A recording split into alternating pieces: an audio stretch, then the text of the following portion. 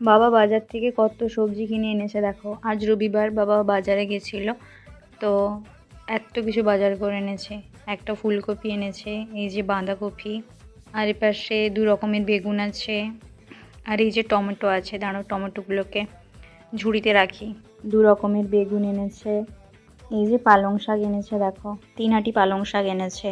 আমি বাবাকে আনতে বলেছিলাম, আমি অনেক দিন পালং শাক খাইনি। আর এই যে মূলা শাক, মূলা শাক ভাজা খেতে আমার খুব ভালো লাগে।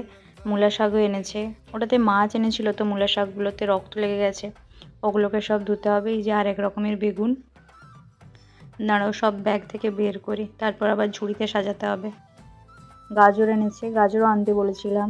শীতকালটা আমার খুব ভালো লাগে, কারণ এই সময় অনেক রকমের সবজি পাওয়া যায়, অনেক রকমের শাকসবজি এই সময় খাওয়া যায়, তো আমার শীতকালটা এই জন্য খুব ভালো লাগে। আর বাবার মুখেই শুনি যে শীতকালে সবজির দামও নাকি খুব কম হয়। এখন দামগুলো একটু বেশি আছে।